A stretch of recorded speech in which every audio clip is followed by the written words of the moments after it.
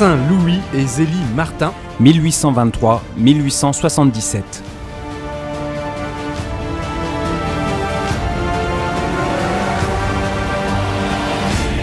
aimer, c'est tout donner et se donner soi-même.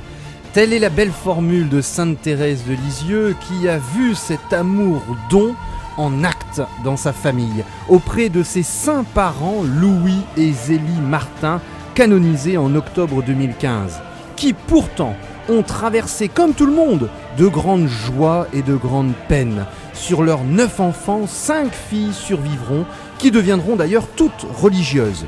Louis connaît le déchirement de la mort de son épouse Zélie à 55 ans et se consacre alors uniquement aux soins de ses filles en déménageant à Lisieux en 1877. Dans ce 3e épisode de votre émission Pèlerin de Dieu consacrée aux saints Louis et Zélie Martin, ne rêvons pas d'un christianisme sans sacrifice et découvrons, dans les dernières années de la vie de Louis, la confiance en Dieu capable d'éclairer de sa lumière les plus grandes souffrances. Pèlerin de Dieu avec Franck Bétoir et le Père Jean-Baptiste Masson sur RCF Nord-de-France.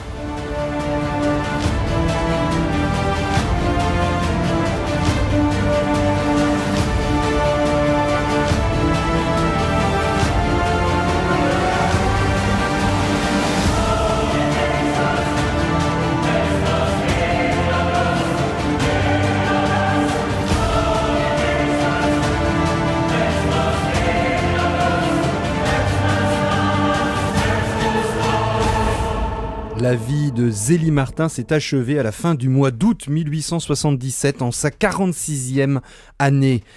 Louis Martin a 55 ans, il faut assumer son absence, assumer le veuvage de tout conjoint qui vient de perdre l'être aimé avec qui il ne faisait plus qu'un.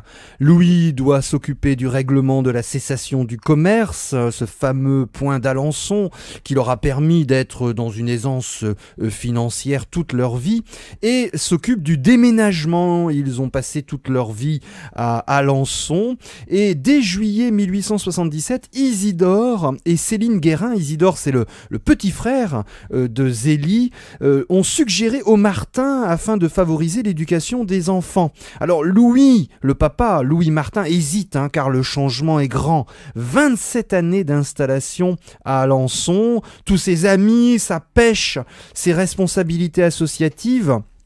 Et finalement, il en parle à ses filles aînées, Marie qui a 17 ans et Pauline, 16 ans, qui acceptent et finissent par convaincre leur père. Mais c'est un réel sacrifice de la part de Louis Martin, et d'ailleurs il va garder ce qu'on appelle le pavillon afin d'avoir un pied-à-terre à l'occasion de ses visites qu'il va refaire à Alençon. Alors Lisieux, nous sommes à une centaine de kilomètres d'Alençon, et cette ville connaît une crise industrielle. Il y avait près de 300 établissements et plus de 3000 ouvriers au milieu du 19e siècle, qui donne une atmosphère un petit peu morose. Et puis on est dans la période historique de la Troisième République, avec des lois pas forcément favorables aux catholiques, et lorsque le pape Léon XIII donne la consigne du ralliement, c'est-à-dire que les catholiques étaient plutôt en majorité favorable à la monarchie, et le pape leur dit mais non, il faut aller de l'avant, accepter cette république, eh bien les catholiques ont du mal quand même à suivre cette prophétie du pape, et finalement Louis va axer sa vie sur l'éducation de ses filles, en continuité de l'idéal qu'il s'était promis avec son épouse, c'est-à-dire d'élever ses filles pour le ciel. Dans cette ville de Lisieux, donc Louis continue de vivre sa piété, sa foi. Le couple s'installe, le père s'installe avec ses enfants. Marie a 17 ans, l'aînée, la grande. Pauline a 16 ans. Ensuite, il y a Léonie et puis les 2 petites, Céline et Thérèse.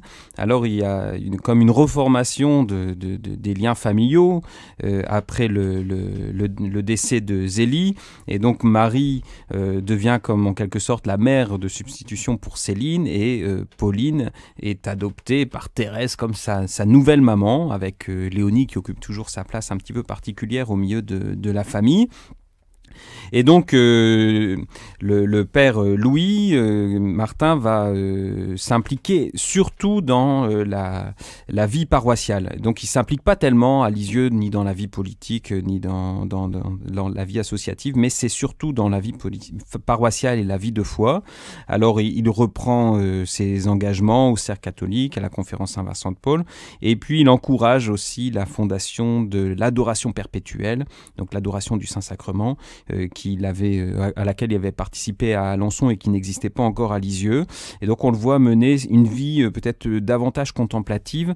Il faut aussi bien se penser que dans le deuil de Zélie, eh bien, il intériorise aussi sa relation à Zélie. C'est aussi dans la prière et dans la foi qu'il la retrouve et qui continue à vivre cette communion qui était entre les deux époux. Il continue à la vivre, mais de façon beaucoup plus intériorisée. Alors, il reprend son rythme de messe quotidienne à 6h du matin, et puis il a aussi un culte particulier pour la Sainte Face. Et il faut signaler aussi dans cette piété qui est celle de Louis, l'importance on y reviendra, mais d'un certain monsieur Léon Dupont, qui avait, qu'on appelait le saint homme de Tours, chez qui avait eu lieu un miracle lié à la Sainte Face. Et j'en parle parce que il enseigne la confiance en Dieu dans un climat de très forte lutte politique autour de la place de la foi chrétienne dans la société française. Eh bien, il a une interprétation spirituelle tout à fait différente qui est basée sur la conversion personnelle, en disant il y a ces difficultés, eh bien, il faut se convertir. Voilà. Et il n'est pas dans l'accusation, mais dans un chemin de confiance en Dieu qui est celui sur lequel se laisse entraîner déjà Louis Martin et qui va profondément marquer Thérèse, donc dans le fait de se laisser porter par l'amour de Dieu. Alors ce veuf actif va prendre en main la vie quotidienne, aidé par sa fille aînée et puis une domestique. C'est un bricoleur, il bêche le jardin, coupe et range le bois, se réserve le coin du cellier, du jardinage et de la basse-cour. En bon normand, il fait lui-même le cidre pour la maisonnée. Il va confectionner des petits jouets qui feront le bonheur des plus jeunes. Et il va mettre en place les veillées. Alors ça, c'est tout à fait particulier. Alors c'est commun à l'époque parce qu'il faut imaginer ni radio, ça serait terrible absolument, ni télévision, ça c'est moins grave. Là, les veillées, eh bien, il y avait une prière en commun avec tout un cheminement, une organisation, un programme, une partie de damier, des dégustations de pommes ou de marrons cuits dans la cheminée, la lecture d'un passage de l'année liturgique et la prière en commun, c'était souvent le dimanche soir. Alors Louis était le patriarche et il recevait une sorte de tradition particulière, des poésies paraliturgiques qui vont façonner la future Thérèse de Lisieux. En fait, et ça c'est à mon avis, ça se retrouvait pas dans les autres familles, Pauline, la sœur plus âgée, composait des petits poèmes. Ces poèmes étaient récités par Thérèse et on avait complètement décoré le lieu où ça se faisait pour l'occasion. Et c'était toujours un vibrant hommage au Père, à Louis, mais Père comme miroir ou image de Dieu. Et c'est finalement avec toutes ces filles que Louis peut complètement se donner et les faire grandir dans cet amour de Dieu. Vivre d'amour, c'est donner sans mesure, sans réclamer de salaire ici-bas. Sans compter, je donne étant bien sûr que lorsqu'on aime, on ne calcule pas. Au cœur divin débordant de tendresse, j'ai tout donné, légèrement je cours. Je n'ai plus rien que ma seule richesse. Vivre d'amour, c'est bannir toute crainte du souvenir des fautes du passé. De mes péchés, je ne vois nulle empreinte. En un instant, l'amour a tout brûlé. Flamme divine, ô très douce fournaise, en ton foyer, je fixe mon séjour. C'est dans tes feux que je chante à mon aise. Je vis d'amour. Vivre d'amour, c'est garder en soi-même un grand trésor en un vase mortel. Mon bien-aimé, ma faiblesse est extrême. je suis loin d'être un ange du ciel. Mais si je tombe à chaque heure qui passe, me relevant, tu viens à mon secours. À chaque instant tu me donnes ta grâce. Je vis d'amour. Pèlerin de Dieu sur RCF Nord-de-France. Nous sommes en 1878 à Lisieux. La famille Martin vient de s'installer au Buissonnet, cette charmante maison dans laquelle Louis peut installer, après le décès de sa femme Zélie, peut installer ses filles, ses 5 filles, et continuer à veiller sur leur éducation. Et donc, il y vit, comme on disait avant la pause, un rôle de père de famille. C'est le patriarche qui trône un peu donc, dans ce milieu, avec toute son affection paternelle, sa bienveillance. On dit que c'est un homme qui était peut-être parfois un peu effacé par rapport à sa femme. C'est ce qui a été dit des fois de lui. En réalité, on voit qu'il gérait très très bien son monde, avec un tempérament peut-être un peu plus effacé, effectivement, parce que moins expansif que Zélie, mais tout à fait affirmé et capable de gérer ses affaires et sa famille. Il le fait extrêmement bien, et il veille aussi, après le décès de Zélie, à apporter aux enfants toute l'affection dont elles ont besoin. Alors en 1878, par exemple, il y a l'exposition universelle à Paris, et il y emmène ses 2 aînés, Marie et Pauline, qui sont enchantées pour leur faire plaisir. Il s'attarde aussi un petit peu, il prolonge la visite à Paris pour qu'elles puissent découvrir la capitale. Pour Céline et Thérèse, les petites, à ce moment-là, c'est les parties de pêche. Il les emmène pêcher dans les marais entourant Lisieux. Il n'oublie personne, il emmène Léonie et Thérèse à la plage, et puis c'est des locations aussi sur la plage à Deauville et à Trouville, donc chaque été, des temps de vacances en famille où on s'amuse beaucoup. Voilà. Et donc c'est cette vie familiale qui continue à être marquée par la joie et la gaieté. Louis y veille, et il manifeste aussi beaucoup de joie. Il avait un tempérament très, très heureux, très jovial, et donc... Il fait grandir ses filles dans ce tempérament, ce milieu, ce climat familial où on s'aime beaucoup. Et aussi également, il faut signaler tous ces retours à Alençon. Donc Louis bougeait, voyageait. Alors il revient à Alençon, il est fidèle à ses amis pour visiter ses amis, et puis également prier sur la tombe de son épouse Zélie. Alors d'autres voyages se succèdent. À Paris en 1883, il emmène Marie et Léonie pour vivre la Semaine Sainte à Paris. Il emmène... à Rome, le grand pèlerinage à Rome en 1887, Thérèse et Céline, les 2 dernières. Donc c'est un voyage dont Thérèse fait une relation absolument émerveillée, donc qui va beaucoup la frapper. Et puis enfin, il y aura un grand voyage aussi qu'il va faire seul avec l'abbé Charles-Marie, donc c'était le vicaire de la paroisse à Lisieux, qui voulait pas partir seul, et donc qui voulait faire ce voyage, et donc qui avait trouvé que c'était bien d'y emmener Louis, qui avait réussi à le convaincre. Alors lui, évidemment, il avait aussi également envie de ce voyage, et il va accompagner cet abbé à travers l'Europe. Donc ce voyage va les conduire jusqu'à Constantinople, et puis finalement ils reviendront, donc après avoir traversé toute l'Europe de l'Est jusqu'à Constantinople, par l'Italie et Rome. Alors ce voyage aussi a un mérite pour nous très fort, c'est qu'il a fait écrire 11 lettres par Louis, qui était vraiment pas un écrivain, donc qui laissait toujours Zélie écrire. Et donc là, Louis va écrire des lettres dans lesquelles on voit toute la profondeur de son affection. Il écrit toujours à Marie, sa grande, donc la fille aînée, mais il a des attentions pour chacune de ses filles, et donc il prend des nouvelles, il donne des siennes, et donc on voit aussi à travers ces lettres pleines d'affection combien il aime ses enfants. Alors cette fin de vie va être marquée également par la vocation religieuse de ses filles. Alors la première, c'est Pauline. Il a 59 ans, nous sommes en 1882, qui va rentrer au Carmel, c'est la première à rentrer au Carmel de Lisieux.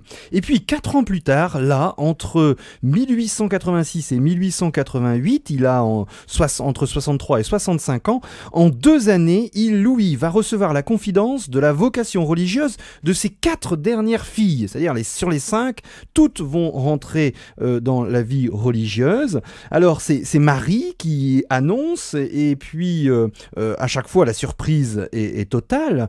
Louis étouffe souvent un sanglot, c'est un grand sensible, et puis on décide d'avant d'entrer au Carmel, Marie, qui vient de le dire à son papa, tout comme Pauline l'avait fait, veut se recueillir sur la tombe de Zélie, de la maman, à Alençon, en octobre 1886. Et sans en avertir quiconque, Léonie, l'autre sœur, profite de ce bref séjour pour frapper à la porte des Clarisses, sans en parler à la famille, et solliciter son admission. Et voilà Léonie revêtue de l'habit de postulante Clarisse, ce qui provoque d'ailleurs chez Marie une certaine... Voilà, une petite irritation. Finalement, Léonie, qui était, on l'avait quittée, c'était une fille qui avait des problèmes de santé et qui avait des problèmes aussi un peu de comportement, d'indocilité. Finalement, la maman, Zélie, va se rendre compte que c'était la servante qui l'a tyrannisée et avant de mourir, grâce à Dieu, elle va pouvoir retrouver un véritable échange maternel avec sa fille Léonie, qui va avoir des difficultés également à rentrer dans les monastères. Finalement, elle rentrera à la visitation de Caen en attendant près de 12 années. Et puis finalement, c'est également Thérèse, la Benjamine. Son entrée est quand même au Carmel de Lisieux est quand même assez connue.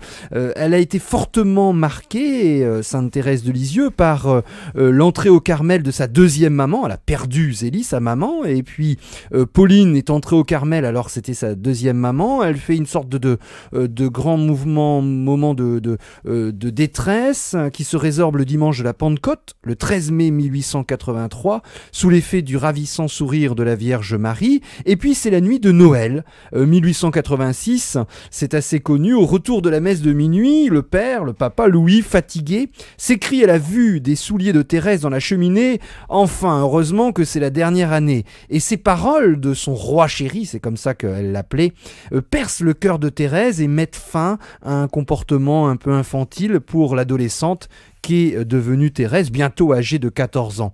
Et en 1887, elle confie à son père son projet d'entrer au Carmel, et ce père qui l'aimait beaucoup va la soutenir corps et âme dans ses démarches auprès de l'oncle, auprès du supérieur du Carmel de Lisieux, auprès de l'évêque de Bayeux, jusqu'au pape Léon XIII en 1887, et finalement elle rentre en 1888 au Carmel de Lisieux. Et finalement en 1888, c'est au tour de Céline qui verse dans le cœur de son papa cette dernière confidence, cette dernière fille qui avoue à son père vouloir rejoindre le Seigneur. Livre d'amour, ce n'est pas sur la terre, fixez sa tente au sommet du tabac, avec Jésus, c'est gravir le calvaire, c'est regarder la croix comme un trésor. Au ciel je dois vivre de jouissance, alors l'épreuve aura fait pour toujours. Mais exilé, je veux dans la souffrance vivre d'amour. Pèlerin de Dieu avec Franck Bétoir et le Père Jean-Baptiste Masson sur RCF Nord-de-France. À Lisieux, Louis Martin s'est installé avec sa famille, où il poursuit sa vocation de père, d'éducateur de ses enfants. Il les éduque dans l'amour de Dieu, dans l'affection paternelle. Et donc cette vie se poursuit au rythme des entrées au monastère. Voilà, Marie qui est entrée, l'aînée, puis suivie par ses sœurs. Et donc à chaque fois, c'est une offrande pour Louis, qui lui-même vit aussi un approfondissement de sa vie spirituelle. Et les premières ombres de la maladie vont paraître aussi dans ces années. Alors en 1876, il avait une affection bénigne, donc à la suite d'une piqûre d'insecte. Il y avait une petite tumeur bénigne qui s'était développée, mais dont les soins avaient été très mauvais et donc l'avaient fait énormément souffrir. Et puis progressivement, on voit cet homme s'affaiblir. Et donc ses filles constatent ces affaiblissements progressifs. Et donc en 1887, c'est la première attaque cérébrale. Il y a une paralysie partielle du côté gauche. Et donc dans ces années aussi, je disais, c'est un temps d'approfondissement spirituel. Il le vit en parallèle avec un désir d'offrande de soi. Et donc il dit à ses filles, il confie à ses filles au retour d'Alençon: « Mes enfants, je reviens d'Alençon où j'ai reçu dans l'église Notre-Dame de si grandes grâces, de telles consolations que j'ai fait cette prière. Mon Dieu, c'en est trop. Oui, je suis trop heureux. Il n'est pas possible d'aller au ciel comme cela. Je veux souffrir quelque chose pour vous. Et je me suis offert. » Et donc Louis fait cette offrande intérieure au moment où il va entrer aussi dans une maladie qui finira par l'emporter, qui a été diagnostiquée plus tard comme une artériosclérose cérébrale, donc une dégénérescence progressive des facultés mentales, et qui à l'époque n'était pas diagnostiquée, donc on ne savait pas ce qui lui arrivait. Simplement on voit des angoisses incontrôlables qui montent, des craintes, et progressivement le patriarche entrait dans la maladie. Le 23 juin 1888, il a 65 ans, il fait une fugue, il part directement vers Trouville et le lendemain arrive au Havre, d'où il envoie un télégramme et 2 cartes. Il demande de l'argent et renvoie les clés des buissonnets, il ne veut plus revenir. Alors tout le monde s'inquiète, son beau-frère, monsieur Isidore Guérin, part au Havre. Finalement, on le retrouve le mercredi, la barbe rasée pour ne pas être reconnu, et il avait passé la plupart de son temps en mer, en compagnie de pêcheurs. Sans résistance, il est ramené à Lisieux. Il va assister à la prise d'habit de Sainte-Thérèse de Lisieux, et son état s'aggrave d'une manière irrémédiable. Là, c'est son dernier... sa dernière vision, la dernière fois qu'il va au Carmel, et Sainte Thérèse dira de lui que jamais il n'a été plus beau, plus digne. Il fit l'admiration de tout le monde. Ce jour fut son triomphe, sa dernière fête ici-bas. Et Sainte Thérèse de Lisieux écrit: « Je le compare à l'entrée de Jésus à Jérusalem le jour des rameaux. Comme celle de notre divin maître, sa gloire d'un jour fut suivie d'une passion douloureuse. » Et il est pris donc de crise, et à la suite d'une dernière crise en 1889 où il prend un revolver, il est finalement interné à l'hôpital du Bon Sauveur de Caen. Voilà, donc dans ses angoisses, il s'imagine que les révolutionnaires arrivent, et donc il veut protéger ses filles. Alors il a ses inquiétudes, et donc il a ce revolver à côté de lui au cas où on viendrait attaquer ses filles. Et donc Isidore Guérin, son beau-frère, voit qu'il faut faire quelque chose, qu'il faut intervenir, et donc est décidé par Isidore l'internement dans cette institution qui a une réputation terrible dans l'opinion générale, donc comme une maison de fous. Elle était présente dans l'imaginaire collectif et dans la littérature comme un endroit d'aliénés. Alors en réalité, c'est une très belle maison, donc il y a 140 religieuses, 200 à 300 employés, et puis depuis une dizaine d'années, l'état général de cette maison s'était fortement amélioré, et donc Louis il sera très bien soigné, entouré de toute la délicatesse des religieuses. Donc il est interné dans une partie, un quartier qui s'appelle le quartier Saint-Joseph, où on mettait les personnes dites tranquilles ou semi-tranquilles. Donc à côté de ça, il y avait les personnes séniles, les personnes malpropres, etc. Donc lui, il est dans un quartier plutôt privilégié, et il est avec 500 autres hommes. Alors évidemment, il faut aussi bien réaliser qu'il a des états, des accès de folie, mais la plupart du temps, il a sa conscience pour lui-même. Et donc, il a des périodes de lucidité. Et donc, voilà que pour lui, le fait de se retrouver interné, c'est une immense souffrance, il s'en rend compte. Et donc, pourtant, il va très très bien s'adapter dans cette maison. Il va gagner très vite l'affection de tous les soignants et des religieuses. Et donc, dans cette maison, il continue de penser à ses filles. Il n'a qu'un désir, c'est de revenir à la maison à Lisieux pour leur apporter du poisson, dit-il. Donc, à des moments, ça va bien. D'autres moments, il entend des voix. Il a des alternances de haut et de bas. Et donc, en juin 1889, c'est une nouvelle humiliation. Il est destitué de la gestion de ses biens. Son beau-frère a fait les démarches et il voit arriver 2 notaires qui le forcent à signer un papier pour renoncer à tous ses biens. C'est la vente des buissonnets. Léonie et Céline sont confiés à son beau-frère et donc voilà que c'est une page complète qui est tournée avec sans espoir de retour. Louis décède quelque temps après avec ses filles qui sont confiées à son beau-frère au château de la Musse.